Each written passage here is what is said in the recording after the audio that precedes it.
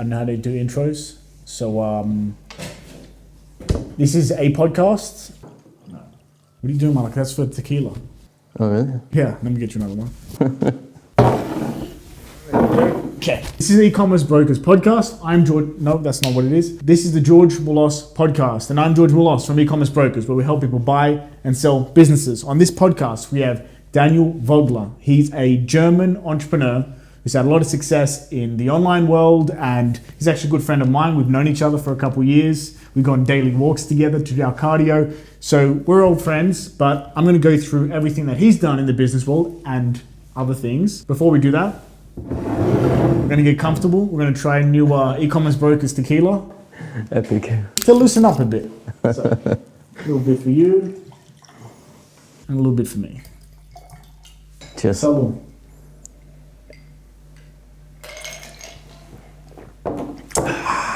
I have a tradition on my podcast to ask this first question. And sometimes it doesn't make the cut. But and it's an important question. It really is going to set the tone for the whole podcast. Who the fuck do you think you are? If I had to summarize it, I would say I am a seeker, just somebody who wants to be as fully alive as possible. I think it was just always my quest. You know, we have this one shot at life, and it was always my quest to just live life to the fullest, whatever that means, right? And this journey of figuring out what this means for yourself, if you're really authentic about it, and you allow yourself to question all of the handed down beliefs that you grew up in, it leads you down certain paths. So entrepreneurship is just a natural conclusion of that for me. At some point you realize, okay, to play in this life, to play in this world, I'll need money. Yeah. So I better figure out the most efficient, direct way to make that cash. But I also never just felt very identified with that, label of entrepreneur. To me, it's like a means to an end. And it's a skill that I spend a lot of time honing and learning. But it's not what I just limit myself to. I'm also an artist. I see myself as a philosopher, spiritual seeker.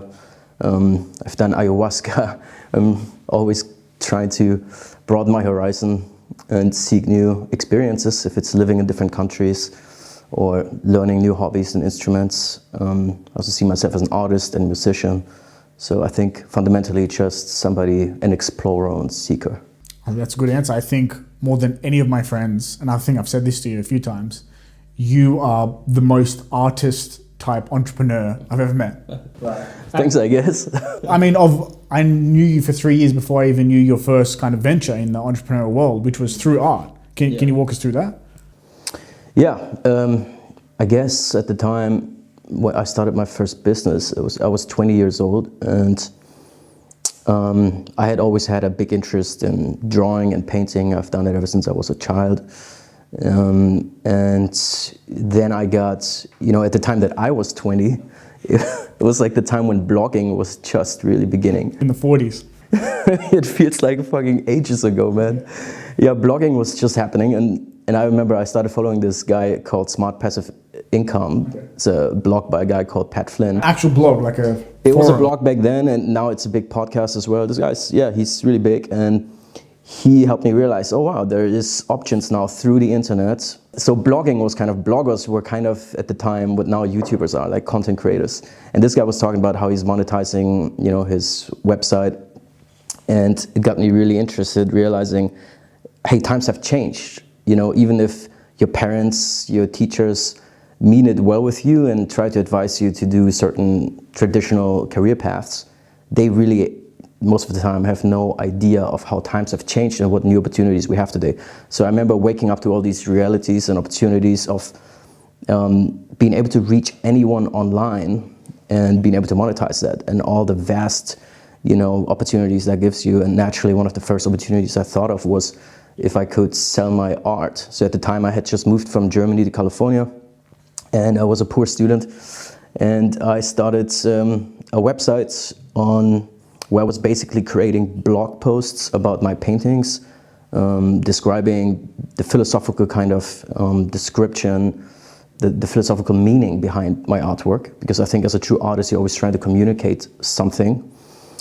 And turns out that really resonated with people. I got tens of thousands of monthly readers. And then at the end of the blog post, I would have options for people to buy the paintings, starting from like $3 for a screensaver, all the way to like $5,000 or something for like a 4-meter massive glass print. When did you make that first sale of like $1,000 or $5,000 piece of artwork? And what was it like? Yeah, that was a really good feeling. I think it was a guy from South Africa actually. And you know, I had this simple e-commerce shop that I set up on my website, and I suddenly get this notification that I made like a $3,000 sale or something. I'm like, what the fuck? Like, who bought something and why and what? Yeah. Yeah, and it was this guy from South Africa, and then I just figured out a digital printing company in South Africa that could print my file and ship it to this guy. So the production cost was extremely low, right? Like a few $100 max, and it was a nice profit business. But yeah, I remember the first time I made passive income was actually at the same time I was building another blog about more like philosophical thoughts and sharing what I was learning in my own life. And that one got the most amount of readers. I learned a lot about SEO, social media marketing to promote the posts. And I think I got it to like 60,000 monthly unique readers. And then I got so many questions after a while of people asking me, how did you set up that website? You know, back then it was like a self-hosted WordPress website. Yeah. And I taught myself everything and the graphic design and all these aspects. And after a while, I just got tired of answering all these questions. You know, back then it was not as easy as today to set up a website. It was not like one-click website builders and stuff like that. And then I remember at one point I was like, what if I sit down and I create a proper tutorial video? Like yeah, I did like a 60-minute tutorial video on how to do your own self-hosted WordPress site, from buying the domain, you know, getting your hosting provider, installing WordPress, getting a theme. And I made that available for free on my blog. I did like a banner advertisement for it. Yeah. But throughout the video I had all these affiliate links for buying your domain. Especially a hosting provider was interesting because the hosting would cost like $2 a month, but the hosting provider would pay me $150 commission per client. And so, yeah, because they have a super long average customer lifetime value. Yeah, that's true. So pretty quickly I made like $2-3 a month, just passive income rolling in through people learning and thanking me for the free content I was sharing. That was the biggest aha moment in the beginning in terms of passive income. I mean, you never really, did you ever have a normal job before doing like, having these ideas? No. You ever work like a 9-to-5 with bloody McDonald's or bartender or something? No, to be honest, I mean, I did a lot of non-profit work as a teenager. I ran a youth cafe, but for free. I didn't charge. Where? In my hometown in Stuttgart. But that was like for, you know, that was social work. Like we were working with young people, teenagers from socially weak backgrounds with no parents or like super bad upbringings. And I was kind of mentoring the kids, and me and my friends ran this cafe. So we invested all of our weekends as teenagers into this, and it was super fulfilling. We didn't earn anything. We worked like 14-hour shifts, but it was fulfilling because we saw the impact we were having on the young people's lives, and that was really nice. You were beautiful.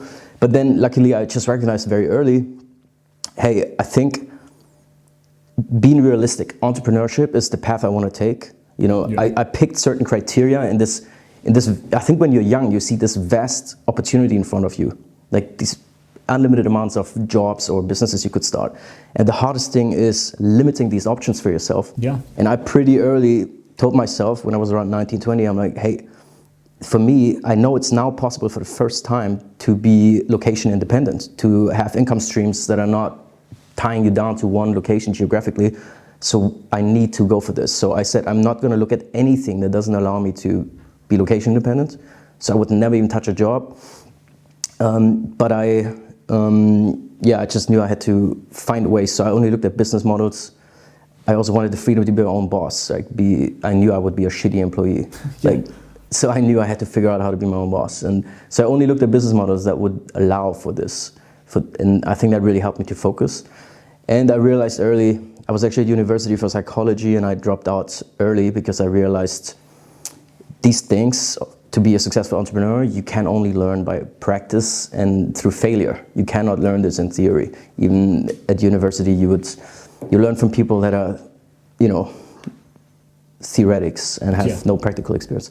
So pretty quickly I realized, hey, I'm gonna drop out early because I know I'm gonna need 5-6 years to really succeed. And I think that was the smartest decision I made. Yeah. And I'm not saying university is bad in all cases, because if you want to be an academic do actually scientific research and things like that, of course, there's a place for it. But I think for anything in terms of entrepreneurship, it's absolute bullshit to go to university. I couldn't agree more. I made the same decision. Yeah. I think there's that point of, you would have been, 19, 20 when you moved to California? Yeah. And you started making money online? Yeah. Yeah, for me, it was the same period. It's like, it was more 18, 19, but I was like, it was just a jumping off point. Is I can go one way, university, and wake up when I'm 22, 23, leave university, and then jump off and make my decisions, or do it now and save 4 or 5 years. We have the least amount of commitments. Yeah. Yeah. Another thing I did also was through the successes I had with social media exposure and traffic on my websites. Yeah. I started going to these local events in California, to these local entrepreneur meetups. And this was usually more traditional business owners of like brick and mortar stores, banks, like all kinds of stuff. But I just started helping people with, when it came to online presence, social media. And stuff. Yeah, and I would just share for free. I would just share tips with everybody. And pretty quickly, people started approaching me like, hey, can I actually hire you as a consultant to help me figure out a social media strategy? So did you have an agency, or were you just a consultant? I was just running everything as a self-employed, without a proper corporate structure. I remember that moment actually when the first person wanted to hire me as a consultant and asked me how much I'm charging, and I was like, I get $150 an hour. Yeah. And they were like, oh, okay, cool. I'm like, shit, I could have asked for more. Like, what the fuck? Yeah. So, I mean, look, it sounds like over the past, what is it now, 2024, like 20 odd years, you've done blogs? 15 years. From selling digital art, which let's call it a digital product business, to an agency in some capacity, to e-com, to FBA, to now you're angel investing. You have done pretty well, or reasonably well, in every trend that has come and gone in the past 15 years. How have you been able to recognize trends before they come, before they hit their peak, and get out, or at least do reasonably well, before they end? Yeah, that's a really good question. I think if you take your time to just really study what's currently working, you just look at what kind of companies are succeeding, and you combine it with kind of mass psychology and just where society is moving. If you yourself are a first user, like me at the time, I was one of the, as a young guy, when YouTube, everything is just coming out, you understand that this is where everybody is gonna use for learning anything, teaching themselves anything. You understand that all customer connection and the beginning of every sales funnel in every company will be social media. That was kind of revolutionary back then when I got started, but it was just obvious when it's like, this is the new marketplace. This is where people actually hang out. So of course, every business needs a presence on social media. So you just combine some common sense and some data on what's already working and the general direction of mass human behavior and psychology, and you'll realize, yeah, of course, if you understand how social media works, if you understand how to drive traffic to any website and create conversions into sign-ups, sales, or sales calls, or whatever, if you understand those fundamentals of how online business works, you can create any sort of business you want, or consult others on how to do it. So with that being said, right now, what trend do you see? Let's say you're 20 years old, you want to start a business, or you want to just get into entrepreneurship in general. What do you see as being the next big thing, the next trend that's going to come? Yeah. What would you do 20 years old right now if you wanted to start a business, get into entrepreneurship? Yeah. So basically, just as much as it was obvious to me around 2016 when I got into e-commerce, it was extremely obvious to me that that's where everything is going, where all shopping behavior is going. And you could see brick and mortar losing market share every year and e-commerce gaining double percentage points every year. It was just obvious that, and it was also obvious that now is still the early times. So there's a lot of gaps in the market. Yeah, I'm talking 2016 right now. It was just obvious that right now is an early time to position yourself. So what I'm trying to say is what you usually want to do is you want to make sure you're building a business in a space that you know is going to grow. So when the entire tide is lifting, all ships are being lifted, right? So no matter what your market share is, where you are, you know you're definitely going to go up because demand is increasing like crazy in this industry. Yeah. So you know it has a long-term future, and ideally you can pair it with being one of the first movers, being relatively early in the game, which makes things so exponentially easier, especially in terms of search traffic, for example, like Google search rankings 100%. For old established keywords, it's impossible to rank on Google. Anything that's like 10 niches that are 10 years old or something. But for niches that are brand new, you can actually rank relatively easily and capture a lot of free traffic. If you build a YouTube channel, which is also a search engine, if you build a YouTube channel on a relatively new topic, it's like magnitudes easier to generate interest and subscribers than in an established niche. So right now, I think it's extremely obvious that it's AI. Anything artificial intelligence, it's extremely obvious how AI will transform every business, also personal life. What's so fascinating about the AI realm right now is it actually touches every industry. It's not just like e-commerce, touching the commerce industry, but AI is going to revolutionize every single industry. And I think people are not giving that enough thought yet, what that means and how many opportunities that creates. And also what that means in terms of awareness with current CEOs. Like if you're a CEO in a current company, no matter what size, small, mid, or even big corporation, you are beginning to understand, and we're still in the very early days, but you are beginning to understand that you will not be able to compete in a year or two if you don't have a strategy right now on how to integrate AI into your, either be it like customer facing or be it internal education and knowledge base for your own, or be it conversion increase, lead management. And this is just the very early applications that are relevant for business, but what's in the pipeline to come is just unimaginable.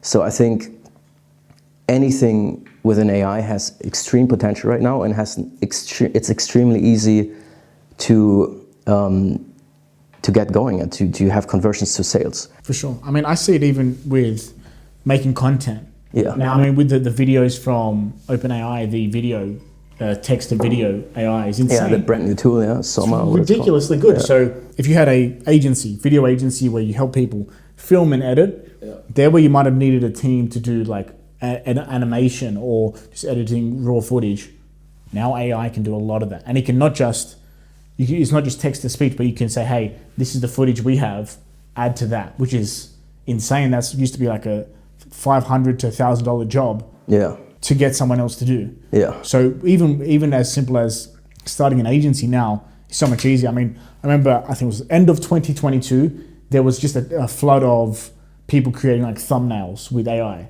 It's like a lot of like literal 15-year-olds were hitting me up and were hitting my clients up. Yeah. Hey, can I make thumbnails for you? And they just use AI. Yeah. And a lot of people said, yeah, sure, get it done. Like with a bit of knowledge to be able to use AI. These kids were setting up video agencies, videography agencies, and now it's even easier. And I like what you said in terms of like, when you're a first adopter, you're not going to be number one maybe, but be number 3 or 4 or 5. Yeah. I mean, one of the first businesses I did was starting a educational materials digital business. So essentially we sold like digital notes for high school subjects in the state I lived in, New South Wales, Sydney, Australia. It was $10 for notes in a PDF by the most successful students.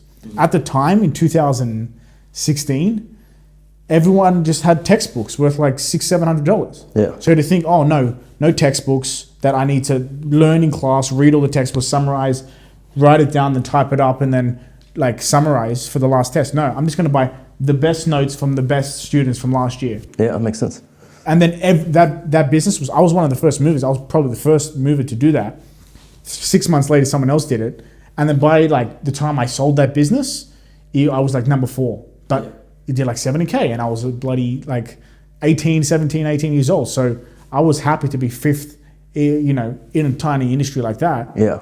And I see now with like e-commerce brokers, we're like number 4, number 5 in the industry. And I started this like 10 years ago, but that's a pretty damn good position considering everything. Yeah, it's incredible. So it's like, But I think, so the first step to figure out what you want to do is identify the industry, right? Like, for example, right now I would pick AI for sure, extremely broadly said. But then the second step is to give thought to the business model. And the business model highly depends on some individual, parameters. Like, do you have cash? Like, if you have cash, you can actually hire people from day one.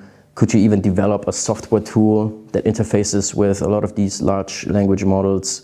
You have entire other options. But if you're starting from scratch and you don't have much to invest, that can be a good thing. It limits your options, and it makes you go for business models, because let's face it, one big mistake in entrepreneurship is building products that take ages to fucking get to market, and then by the time you get to market and you invested hundreds of thousands or millions of euros, it's already too late. The market has moved on. You realize there's no product market fit, and you were in this idea and theory space for way too long. I think the best things I've done were where I went from idea to instantly selling as quickly as possible. Yeah. To actually get real market feedback. Because I remember in my early 20s or mid 20s, as I was building companies, and I heard somebody say in an interview, I can't remember his name, but it really stuck with me for a long time. He said, the reason I'm more successful than most people is I just fail faster. So I have the same amount of failures, but most people take 1 to 3 years to go from an idea of a business to a failure. And I just fail within weeks. So in the same time, I can have like 20 failures and therefore learn much quicker and move on much quicker. So I think that's why the agency business is interesting, something where you deliver a service, because you just need a website and you can pretty much get started right away closing clients. Even if you say, okay, I'm doing it for free for the first 3 clients in this certain industry, so get testimonials from them and then move on from there. Is that the business you would start? If you had $0 right now, would you start a AI-focused agency? Potentially, yeah. I think it would be a close second to, number one, I am a big believer that long-term extreme wealth is built with leverage. And leverage, Naval Ravikant talks about this. He's an amazing angel investor, entrepreneur. He started AngelList, but also a philosopher. And he, in his books and teachings, he says the biggest leverages that are currently out there are either code. You code a software that can be used by millions, hundreds of millions, and can create insane leverage, right? Because you did this once and it's still creating value on a continuous basis years later. Or actually content. And I think we see that right now. We're living in this time where it's becoming more and more obvious that we entered this time of the new billionaires are going to be content creators who basically use leverage in a form of relationship building. You shoot a video and down the road you had 100 million people watch a video that you recorded 10 years ago. Yeah. And you built at scale while you were sleeping. You did that effort once for an hour, but now that was watched hundreds of millions of times, tens of millions of times, and it's created relationship and trust with people who down the road, 5-10 years down the road, if you have something to sell, to offer, will go for it. So I think number one, I would create content right now in the AI space. About AI? About AI, yeah. And position myself as one of the top YouTube channels, TikTok channels, whatever it is. Because that leaves all options open, right? That's the one thing that's certain, and it's the one thing that's right now still easier than it will ever be. Yeah. There will be more and more channels like this out there in the next years. And it allows you to then offer pretty much unlimited kind of businesses down the road. You could start consumer-facing AI tools, apps, whatever, and have like 50,000 fans from day one and users. Or you could start an agency, a business-facing thing out of it, and you just have the true leverage that's required to get started. You have the audience already, and then you can very quickly build business models out of that. So I think for the long term, I would build an audience. If you really want to generate revenue as quickly as possible, I would do an agency. Cool. So you mentioned you did e-com in between the years of like 2010 and 20 before you started your FBA business? Yeah, I guess I never really looked at my art page I never really looked at my arts. I know it's very me. It's very George Moulos to see your art business as an e-commerce business. Okay, so when did you get into Amazon FBA and how? Basically, before 2016, I had this B2B agency that was doing lead generation for large software companies in Germany, helping them get decision maker leads in the automotive industry, like with Mercedes-Benz, Porsche, and all these guys. That's massive. And then I would sell every lead to these software companies because they were usually pitching like €1 million projects or more. So for them, a decision maker C-level appointment was a huge deal, and only if they had a conversion out of 1 in 20 or so, it was worth for them paying me like €1,000 That's pretty crazy for an agency. Phone call setup. I mean, most agencies look at very small clients, whether it's a dentist or a chiropractor or it was roofing. It was a very Simple idea, but it taught me a lot in terms of cold calling. You know, I was cold calling, cold messaging, all these big software companies, and I was like this 23-year-old dude and talking to like these massive, you know, CEOs and CMOs. But it's also something beautiful. I mean, I kind of had the same mentality. I'm like, I'm a salesperson. Yeah. If I'm going to do sales, I can sell $3,000 websites, or I can sell, you know, an appointment that could eventuate into $1 million deal and take 5% of that. Yeah. So if I'm going to sell something, if I'm going to make calls, I might as well sell big things, make bigger commissions. Plus, I think it was an important point in my learning process because back then because I was never in the corporate world, I had like this weird reference for the corporate world. I'm like, oh, these guys have like the secret MBA formulas of everything. And the more you talked to these like CMOs, I remember talking to, I should probably not say the company, but one of the biggest companies in Europe, to the CMO of the whole Europe operation. And I realized he knows shit about online marketing. Yeah. He knows nothing. And it gave me so much confidence in how valuable my skills are and how easily I can impress these sort of people. But the reason I went into this is just that doing that business for a while, you know, it worked, it paid the bills, but it was not like insanely successful. And I got frustrated more and more by the long sales cycles, right? If you do B2B agency stuff, B2B sales, you can go from like the first call to actually having the ink dry on a contract can take 6 to 12 months to actually start really working. You know, they have so many different departments it needs to go through, reviews. You can invest like so much time into closing a client and then it gets shut down 6 months later. So a lot of frustration as well, and I was jetting around in a suit all the time in Europe. It felt cool in the beginning. After a while I was like, this is not what I want to do, fuck this shit. So I didn't want the dependency. I think that's actually a mistake with a lot of agency or in the agency business model. You'd never want to be in a position where you have few very large clients because they basically own you and they know it, you know. Yeah, and they want you as the owner. Yeah, and they have you by the balls, and you're not very diversified. Yeah, so I was saying... Basically, I was frustrated with the long sales cycles in B2B, and I thought to myself, okay, how would it be to have a business that has the exact opposite setup, where you have very small sales cycles, which means sales cycle, for those who don't know, is just from the first point of contact that a person has with your product or service, how long does it take for them to make the decision to purchase? And of course, the larger the purchase amount, if it's like a big 5-figure, 10,000, whatever service, for me, the longer like people are gonna think about it, and you know, there's more processes involved, and it's a lot more effort. But then if it's like a spontaneous purchase, which psychologically usually happens roughly up unto €100 or so, people don't overthink it. You can make that decision within 3 seconds, right? So what would it be to have a company that sells something in that range to the mass market instead of companies, have way faster sales cycles, not that frustration, and also be more diversified because you have hundreds or thousands of small customers rather than a few large clients. And that's how I naturally got interested in e-commerce. And you went straight to Amazon FBA, you didn't do like Shopify? Actually, So I put my B2B agency on like passive, so I wasn't acquiring new clients. I just kept existing clients going with the minimum effort possible, which paid all the How bills. many people did you have working for you at the time?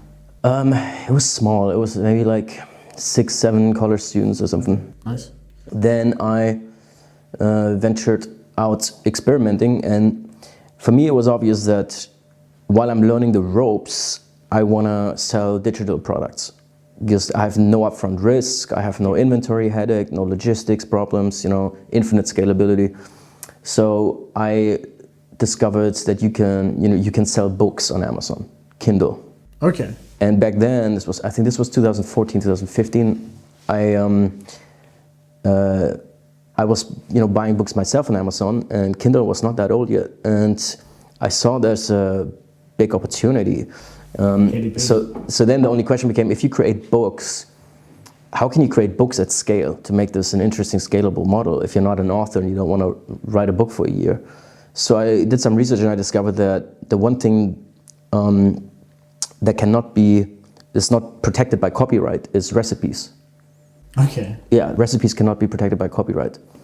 So I would simply get the most successful Recipe books. Recipe books, yeah. Okay.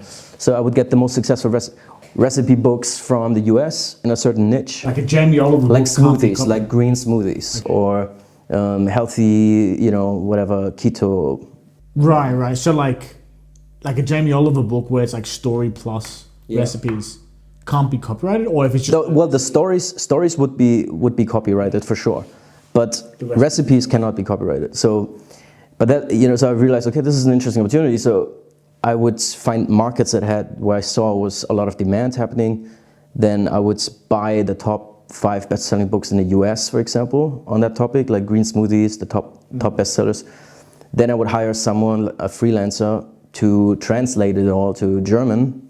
right. Then I would hire another freelancer to just mix it all up and write the best book ever out of it. Yeah. So you have the mix up of the top 5 recipes becomes one recipe book. And then I would make up fake authors, which is completely legal. It's like a pen name, like a pencil name. Yeah, it's true. And the author would fit the target What audience. was one of the names? Do you Ideally. remember? No, I don't remember. I would usually pick like It'd be a German middle-aged name, right? women in their 50s. Okay. And have like a picture from a stock Just a late picture ladies. website that looked like a proper 50-year-old Okay. author that does green smoothies every day. Yeah. Just fitting the target audience as much as possible. And then I would launch these books, and you have like, this was before ChatGPT, it would be much easier now, but you just had very little original writing, Yeah. like intro, outro, whatever. And that KDP, Amazon KDP business, at its peak, what was it making per month or per year? So the best books would make like 2-3 grand a month passively, and I think we're publishing like a book a week at And some that's point. properly passive. After you've set it up, you've written the book, you publish, it's passive. It's almost completely passive, yeah. You first have to launch it, and that's how I learned how the Amazon search algorithm works. Right. So you have to launch it to get on page 1 because there's like 10,000 books in this topic, and you need to be in the top 16 to actually get nice conversion rates. Ideally, most conversions happen in the first 5 spots on Amazon, so you need to get in there. So I figured out my own formula on how to get on page 1 with a launch, and then sometimes you had to do like kind of a relaunch. If your rankings were going down for some reason, you had to keep track of your rankings, and now and then every few months maybe do another relaunch, which was easy with digital products because you basically crank out products for free. I mean, there's more to it, but in summary. And so yeah, books could make 2-3K a month, and pretty quickly we had like a few dozen books, So as a general publisher, let's call it a KDP publishing business, how much money per year, let's say net profit, was that business as a whole making with all the books combined? Would you ballpark? It's been a long time. I would say definitely in the 6 figures, yeah. How old were you? Like 24, I think.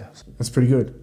And then you had your team of writers, your team of publishers of the Just books? freelancers. It was Just just the freelancers freelancers, of yeah. creating and It then was you super chill, published. just on a project basis. So how did that business end? Did you sell? Did you just quit? How did it go? This one transitioned into actually starting with Amazon FBA, starting to sell physical products. Okay. Because once I realized, hey, it's actually not that hard to rank on page 1.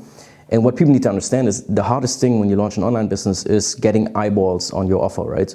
If you just set up a website today, there's no one noticing it. So usually to get traffic, you can either do pay-per-click advertisements, which costs you like 20 cents to €1 per click. In most cases, that doesn't work out to be profitable because your conversion rate on your website might be 1%, and if you add it all up, you're gonna lose money. Like most stuff, like actually independent e-commerce shops, you lose money. Yeah.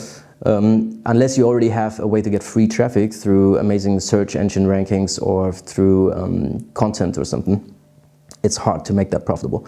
So when I realized, Amazon is insane, it's a search engine, that was the big aha moment, where you can, if you're actually getting in front of people who have the buy intent. Yeah, they're at the very end of the sales cycle. They already know I want a book about green smoothies, and they're gonna decide in the next 10 seconds which one it is. So if you have the best reviews, the best pictures, you're gonna win, and it's extremely scalable. So it allows you to just focus on the actual money-making activities, and you're not wasting tons of time in marketing, branding stuff. And so then I realized, okay, would this translate to much more in-demand products, physical products? And that's how I ended up sourcing my first physical product. I spent like 2 months or so doing market research. There's certain software tools and plugins, like browser plugins that help you read out exactly how many sales, how much revenue competitors are generating. And so I would just look at that ideal sweet spot between revenue potential and least amount of competition until I found an interesting gap in the market. And then I would look for a product in China on Alibaba.com. And you took that process of product research, publishing and marketing and fulfilling of Amazon businesses, and eventually you took that to a different business model that I don't think I've heard actually anyone except for you do, is later on you started what can be kind of called an aggregator type Amazon FBA done for you service with AMZ Scale. Can you go take me through what that business model was and how your process with that business and how you successfully exited it? Years later, after having started multiple successful Amazon brands, I met a guy in a networking group and who was also very successful. Actually, it's funny, a lot of guys out of that group became multimillionaires, so even nine-figure entrepreneurs. And we ended up meeting on a weekly basis, just helping each other out with stuff. So masterminding is super important. And one of the guys there, he, just as me at the time, we thought it would be important to, it would be a great opportunity right now to start a digital product, like a course, teaching people how to do Amazon FBA as a business model. Because we saw it was taking off in America. That was the first really successful courses happening there, but there was nothing in the German-speaking market. But we both were so busy with our own businesses, we didn't want to do it independently. So we said, okay, let's incorporate and share the responsibilities and start this together. So first it started as a coaching company. We're selling a video course on how to start this business, how anyone can do it. Then we had upsells to like group coachings and private coachings. And we did that for a few years. And then a few years into that, we realized, hey, this is a good business, makes a lot of money, but it's not scalable, it's not sellable because it's limited to our time and our faces as persons, right? And now and then we would get some bigger clients that are interested in, like big entrepreneurs, for example, coming from other industries, and they were interested in getting into e-commerce, but they didn't want to learn how to do it themselves. They didn't want to operate that company themselves. And they would ask us if there's a different way to do it. So we arrived at the idea to build an agency out of it, where we build e-commerce brands as a service and help clients then scale the whole business all the way to the goal of an exit.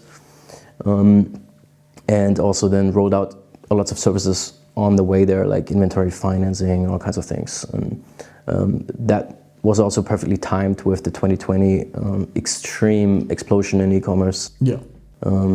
And it was extremely labor intensive, as an agency fulfilling services like that. We had to hire like 160 people, and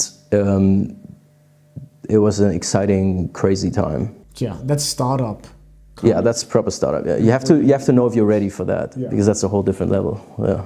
It's crazy to think that, like I said, you generally speaking, knowing you don't come across as like a crazy entrepreneur-focused, money-focused dude. How I probably do, basically. And you've gone from like starting an art business to having a 160 person team, and now you've successfully exited, you're chilling out. What's next for you? I mean, you talk a bit about personal brand and how that's important. What are you kind of looking at for your next steps? Yeah, since getting out of that business and selling my shares, it's an interesting time because a big part of being a hungry entrepreneur is definitely that you want to make it. You need to make it, and you need to make it financially. So for all these 15 years I was starting companies, that was definitely one of the main motivations, was a little bit of the fire under the ass, like And now that you made it, it's kind of like, what's your motivation? I have to say it's been an interesting journey to, once you realize you made it and you're set up financially, I think it begins to show what's your true intrinsic interests and curiosity. If you suddenly don't have to do things for the money anymore, which was the main deciding factor for business opportunities for a long time.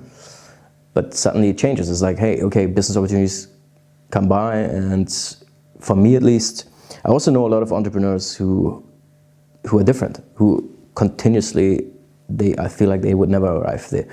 There's always a bigger company to build, a bigger exit, more money, a bigger bank account. Yeah. And to everyone their own. I think if that comes from a very reflected, conscious place, then that's perfectly fine. Yeah. But I think it's sad for a lot of people who would just never be happy, who never allow themselves to be happy, and who just do most of this achieving and accomplishing financially as a dick measuring context. But do you feel like, I feel like when I don't work for a day or two, or a weekend, or whatever it might be, or even it's more like 4 or 5 hours, I'm just not even thinking about work, but I go to check my emails. Yeah. Like, I enjoy work. If I think about it, I enjoy work. I enjoy the process of it.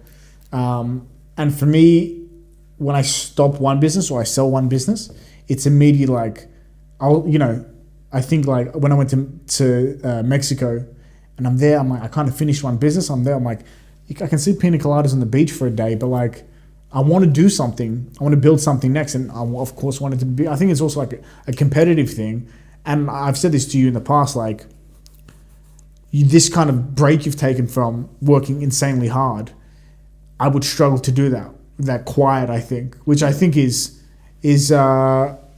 interesting to know why I would kind of be like that. But and I have agency owners that we've helped sell their businesses, and as soon as we sell their business, they say, George, we've got this 4 or 5 mil. What can I buy with it? I'm like, yo, take a minute, enjoy, go on a holiday or something. They're like, no, I want to buy something, I want to build something. What should I do? Yeah. But I know you've told me, you've done some angel investing, and so you've taken one. You want to take your time out of it. But what niches, categories, industries are you most interested in angel investing, and where have you kind of put your money so far? Yeah. I mean, part of it, of course, is once you have your first exit and you have the first time you have some real money, is you have to manage. It's a completely new task that you never learned as an entrepreneur. You have to learn how to be a good investor, how to preserve and grow your wealth. And of course, the highest risk, but also highest reward category is angel investing, where you get in super early stage on companies in the seed rounds, maybe even pre-seed rounds, up to Series A maybe. So there's a high chance they will go bust, but if they make it, that's how a lot of the big billionaires made most of their money, like Peter Thiel and whatever. So you're basically betting on, the category of industry, but also the team. It's mostly really the team, and then down to the actual product. But you know that the product will iterate so much, because an angel investment is a longer time horizon. It's an illiquid assets class you're investing in. Like, the only way to cash out, it's not like a stock that you can sell any day, will be at an exit event, and the average time for a startup to exit is about 9 years. So it'll take a long time. So in that time, things will change. So you're mostly betting on the people, really, to be honest, and of course the industry. So for me, it's been AI, most of it, but also psychedelic research. I'm extremely bullish, and I've been for a long time, since I had my own very transformative spiritual experience on magic mushrooms 2016 in Thailand. Man, it's changed my life, and I know so many people whose lives it's changed. And to me, the mental health epidemic that we have today, there is no real solution for it. There's nothing, like, no antidepressants are not working. The data is there. The at best treating the symptom, making people addicted.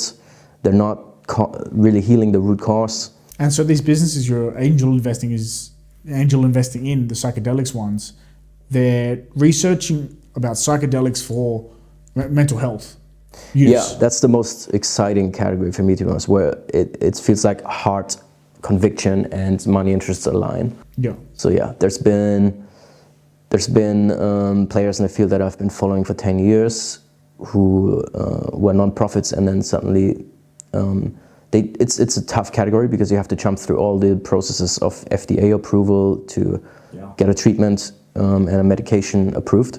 And right now, psychedelics are still strictly illegal, Schedule 1 even, which technically means no medicinal value in the US. So you're betting on a rescheduling of the entire substance. But yeah, that's the one thing I'm most excited about. And there's some insanely interesting developments right now in the US.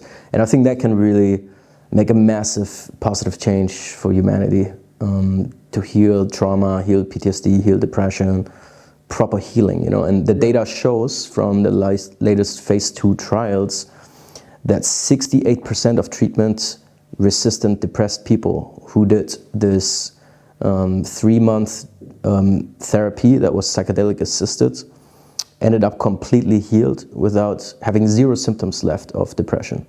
And that's unheard of. There was nothing ever could create this, you know. Even decades of therapy and antidepressants cannot achieve this. So it's insane what this stuff can do. And I think psychedelics have been a big part of human society for thousands of years. Yeah. And it's actually been very recent, you know, just in the 60s that and 70s that they were turned illegal, and people now just think that's the status quo and it's always been like this. No, they were, for most part, they were a big part of culture, rites of passage, culture, spirituality, initiation, and I think that's something that's really lacking in today's society. It's a way for meaning, and currently we have the meaning crisis, so you know it's not that hard to figure out. Yeah, no, it's going to be interesting. Since we're on the topic of psychedelics and hippies, I know we're you and I are digital nomads, and we've actually been in some of the same spots in the world a couple damn times. We have some of our favorites are the same. So walk me through, I want to know your take on a few destinations, like your 30-second take on destinations for entrepreneurs if they want to explore the world and basically work from a certain place as an entrepreneur. Interesting. First one, you know who I'm going to talk about? Bali. Yeah. Canggu, Bali. What do you reckon about that location if you want to be an entrepreneur to kind of go there, focus, and work? Good luck. Yeah. No, I mean, you have to understand what phase you're in, you know, I guess. So if you're a digital nomad who, you know, you have a business, you have something going for yourself, you make enough money to pay the bills, and you don't even have to work full time maybe, and you're more in a phase of like, hey, I want to experience life, I'm in my mid-20s. Enjoy a bit. I want to enjoy. I think Bali is amazing. It's the best place to be for that. You have fast internet and all that stuff works, but you're going to be extremely distracted. It's way too much fun in Bali. And, I agree with it's too much partying, too much beautiful things to explore, nature. So honestly, I barely ever met anybody who got shit done in Bali. Yeah. There are rare exceptions, but most people are just completely, utterly distracted and never get shit done. And look, I think the thing with being a digital nomad, it's like, if I can go somewhere, I should go there. Like, there's a lot of buzz about a place, I'm going to go. You rarely think, what phase am I in before you make that decision? I was broke, depressed, and I went to Bali. I'm like, yeah, let me go get distracted. I need to get my shit together, but let's go get distracted. Yeah. It was just 7 months of my life. I got barely anything done work-wise. It took maybe the last month, I'm like, holy shit, I need to get back into the groove of things. I put on like 20 kilos. I had the worst habits. I went out like every day. I met heaps of entrepreneurs because everyone passes through there, but I just got nothing done. It was wrong phase for that place. And it's kind of unfortunate because if I would love to go there, and now where I'm a bit more established, but I just have the worst experience of the place because I wanted to work hard and be focused. And it's Bali. It's like party central. Yeah. So I think it's good for networking actually. It can be good for networking. iPhone storage full. iPhone storage full, really? That's weird because it's a terabyte. All these 4K porn I shot. Bali is the classic. I mean, and yeah, it's gonna be super fun. You meet a lot of like-minded people. You're probably not gonna get your best work done. So you just have to know what phase you're in. If you really wanna crush it, it's better to go to a place where you have no distractions, where you don't really wanna even go out much, you know. So just create the environment that you need. Yeah. But most of the time, digital nomads are kind of trying to optimize for lifestyle, right? So if you wanna, if you wanna do outdoor sports, surfing, amazing in Bali. If you wanna do like kite surfing, you go to like Tarifa, Spain, which is also a digital nomad hotspot, and insane wind. Yeah. Or actually Cyprus has really good wind. So it's just, what do you wanna optimize for? If you wanna do a big city with very interesting community, I would go for Barcelona. So that was Lisbon. what I was going to ask you. I mean, my favorite in Bali was very interesting for me. Yeah. Barcelona, I love with a passion, but I also get pretty distracted there. But I do sometimes get some work done. So what's your take as an individual location, Barcelona, if you want to be a digital nomad to live and work there during summer? Oh my God, during summer, huh? There's some very good co-working offices. There's good entrepreneurs meetings. Yeah, if you have some self-control, you can have a good time. And it's fine to have some fun on the weekend, but you could party 7 days a week in Barcelona if you wanted to. So there's some distraction there. But I think otherwise it has everything you need. I mean, it's getting a bit more dangerous. There's some downsides. I've gone robbed twice. You've gone robbed multiple times, yeah. Yeah, like 6-7 times. So it brings me to my last location. I want to get your thoughts on this. And I also think this is part of the process of being a digital nomad. The first thing, as soon as you be like, oh, I can make 2-3 grand passive or online, I want to go and explore the world. You travel to bloody 20, 50 countries, and then you realize, oh no, I actually want to focus now. Yeah. And I have, geographical freedom. I might as well go to somewhere that's business friendly, let's call it. Yeah. So that's where we've met, in Cyprus, in Larnaca, Cyprus. Yeah. So how have you found Larnaca, Cyprus? You've been here 3 years as a digital nomad kind of location. I mean, obviously everybody who comes here like us comes for the taxes. It's the best tax haven for Europeans by far, mostly because you only have the 2-month a year minimum requirement for physical presence, which is important for digital nomads. Pretty much every other tax haven I'm aware of requires 6 months a year of presence, and that's a lot if you're a digital nomad and you could work from anywhere. So the 2 months has been amazing. It's the sunniest spot in Europe, so I definitely love that, man. Just your mood is so much better when you wake up and the sun's shining. Like we go for our daily walks and you get sunshine. You really wake up in the morning. Yeah, that's a massive, massive benefit here. It's a chill, kind of island vibe. In Cyprus, is only 1 million people, but I've been surprised by the community. I think that was better than I expected. You have a lot of expats here.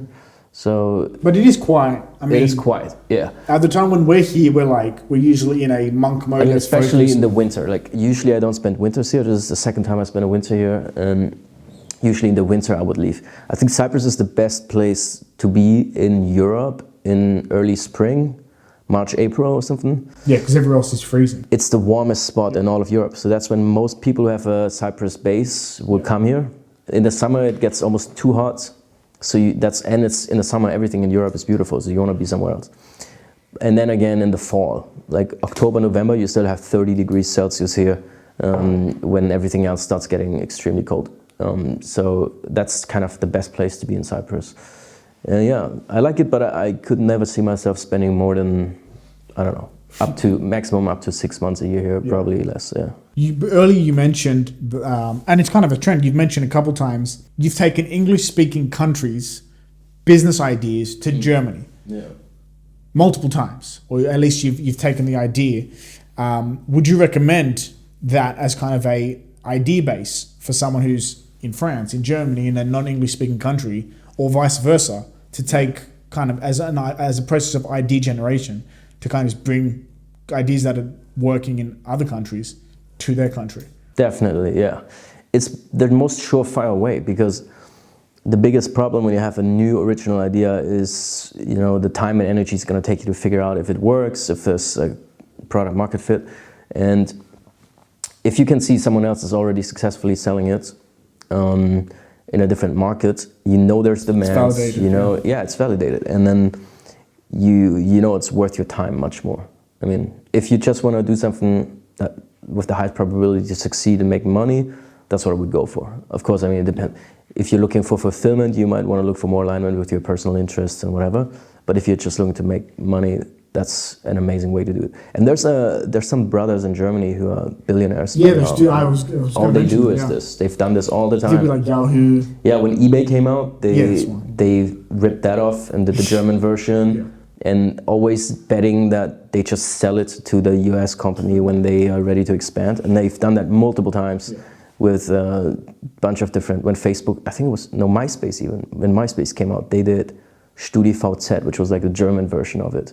And they sold it back to... And then they sold it back to MySpace. And it was just one-on-one the same shit with a different name, the exact same features, and they've done really well with this. Damn. So they really perfected the art of just ripping off. I mean, it's funny, it seems like a novel thing to do, but how many businesses that we are accustomed to in either Germany or Australia or America don't exist here in Cyprus or in Greece? Yeah. And like, still doesn't happen. Businesses that might have started 20 years ago, not even a concept here. Yeah. So I think it's still fantastic. Right now you look at what kind of AI agencies, for example, are succeeding in the US, and what kind of industries in the US are most open for it or most interested in it, in those services, and then you just copy their services. Bring it to whatever your local market. That's a massive opportunity for sure. Yeah, well, man, that's all the questions and topics I had. Thanks for coming on the podcast. Sure, it was fun. And I'm sure we'll do one in 5-10 years time to update on the angel investing. I want to know how that is going. So, pleasure having you on, and let's have another tequila shot.